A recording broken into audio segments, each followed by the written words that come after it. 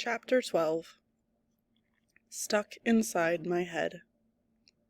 I don't take the subway. I want to walk. Ray's quiet, holding on to the stroller, popping potato chips into his mouth when we come to a stop. Letta has fallen back asleep. I should wake her. She'll be up all night, meaning I'll be awake all night as she twists and turns. I should tell Ray, "Stop eating, you'll get a stomachache." But all I can see is the plane slamming, 2 towers burning. I look up around me. Brooklyn doesn't have such big buildings, but that doesn't stop my imagining. Any second it could happen here. I should have let Dora and Ben walk us home. I remember her hugging me, smelling of roses. She scolded Ben, "You're not the teacher." "It's okay, Dora. Ben knows I don't like knowing stuff." "Sorry, Deja." Ben offered his fist. I bumped it. Then quick, he whispered, "It was terrorists. Muslim terrorists. That's why Sabine's upset." The words strike like they never did before. Before the words were flat. Now I hear them, understand in a new way. I maneuver the stroller across the street, tilting Letta back into the wheels onto the sidewalk. I mean, I know about terrorists. America's been fighting them in Iraq. But terrorists and the 2 towers? How could I connect what I didn't know? Nobody told me. Why would I need to know? It's history. I blink. Moving pictures flicker inside my brain. Fire, smoke, crumbling walls and shattering glass. History is alive, especially if there's video. I look at Ray. He's eating chips like there's a hole in his stomach. Should I tell Ray about the towers? No, it's too scary. He's too little. It happened 15 years ago, 2001. By the time Ray's my age, 10, I'll be 16. The towers will have been gone for 22 years. Why care? It doesn't matter to me. Not today. I see the whiteboard circles, country, state, city, family, school, classmates, friends. It happened here, in my country, my state, right across the river, near my neighborhood. Sabine's Muslim. She's not a terrorist. Why doesn't her family feel safe? My head hurts. I don't want to think anymore. Like shutting off lights. I want my thoughts to end. Stop. I want the burning towers out of my head. Avalon looks like a jail, but I wouldn't want terrorists to bomb it. People live here. Families too. Families. Social groups. My family. Ray and me push through the door. Some folks move aside. Others, some drunk, some space cadets, I've got to push. I turn backward and pull the stroller up the steps. Bang, bang. Ray tries to lift the bottom so it doesn't clang as much. He's not too strong, and Letta's heavy. "Thanks, Ray," I say when we get to the top of the stairs. "Ray," squeals Letta, waking up since the first bump. "Deja." I open our room's door. Ma and Pop are sitting on the big bed holding hands. It feels good to see them. They seem happy. "Have a good time?" Ray and Letta did. Worried, Ma looks at me. I shrug. She doesn't ask. Ma hides her feelings. It's gotten worse at Avalon. She's taught me to hide my feelings too. Pop's relaxed, smiling. Maybe the doctor gave him medicine? "We should get washed, get to the showers before everyone else does," Pop says. "I'll take little man." Ray clings to Pop. Pop gathers fresh pajamas from a box. He opens our door and then stops and looks back like he's forgotten something. "I love you, Bea." Then he steps back, inside, hugs and kisses me. I almost cry. Instead, I blurt, "I didn't know the planes hit the 2 towers." "What?" Happiness slides off Pop's face. He looms over me. "Ben's got a computer.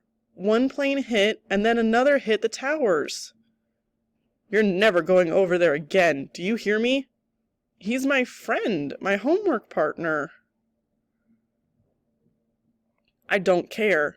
Calm down, Jim. She was bound to find out. Guilty-like, Ma looks at me. Pop pulls Ray back into the room and slams the door. He's stomping, thundering. Schools should leave it alone. Kids need to learn, Ma keeps repeating. Not this.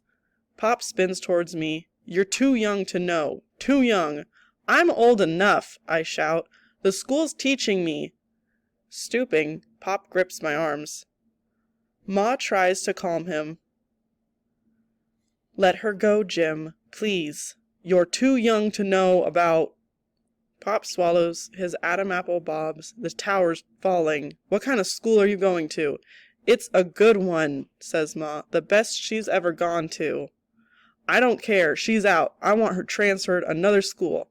Pop, you can't. I like my school. I like Ben, Sabine, Miss Garcia. You're my child. I'll say what you learn or don't learn. You're too young to know about terrorists, the World Trade Center, the Twin Towers. I'm 10. Until you're 18, you're under my roof. You'll do as I say. This isn't your roof. Ma gasps. Pa's stunned, looking like he's going to fall down. I'm sorry I said it. Ray and Letta are frightened, clinging to Ma. Ma, her face frozen, reaches out to comfort Pop. Me, standing on one side, my family on the other. I'm alone. There's not even a spare room to cry in. No one says anything. I'll take Ray and Letta showering, I say, picking up Ray's pajamas and gathering nightgowns for me and Letta. Come on. Ray and Letta don't want to go with me. I've scared them. I know, too, given a choice, they'll always want to be with Pop and Ma instead of me. Deja? Yes, Ma. Pop's curled up on the bed now, holding his stomach, his face buried in the pillow. Ma tucks his sheet. She doesn't say it, I answer. I know. Stranger danger. Make sure Ray's safe in the shower. He can come into the girls' shower. I'll punch anyone who complains. Come on. Ray and Letta drag their feet, holding their hands. I tug them out the door and down the hall. I hate my life. Chapter 13. Boogeyman Dreams. Letta sleeps with Ma and Pop. One night, in how many hundreds, I'll get to sleep by myself. I should be nice and invite Ray off the floor, but he's burping from too much junk food. We sleep in a tiny, dim square. Dark shadows, hidden feelings. I don't know why Ma babies Pop. He doesn't cough all the time, but he still acts sick. I wish I could see where, understand why. It'd make everything easier. If he had a cast, I'd write my name on it. Pop's wrong.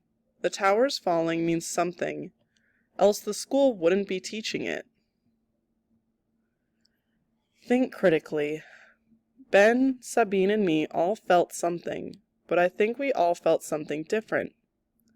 Muslim terrorists. Was Sabine crying because she thought me and Ben would think less of her? Being Muslim doesn't make her less than Sabine, the nicest girl I've ever met. I turn onto my side, facing the blank wall. Ben's drawings show what he's lost. I can't draw as well as him, but I draw circles. Me in one, my family in another. Our circles overlap, just barely. Families can break. If I go to a new school, my circle of friends will break. I close my eyes. I'm so sad. Knowing what I know now, I wish I hadn't seen the video. I open my eyes. Is that true? I punch the pillow and pull the sheet up to my neck. Sleep, I tell myself, sleep. I'm in Ben's room.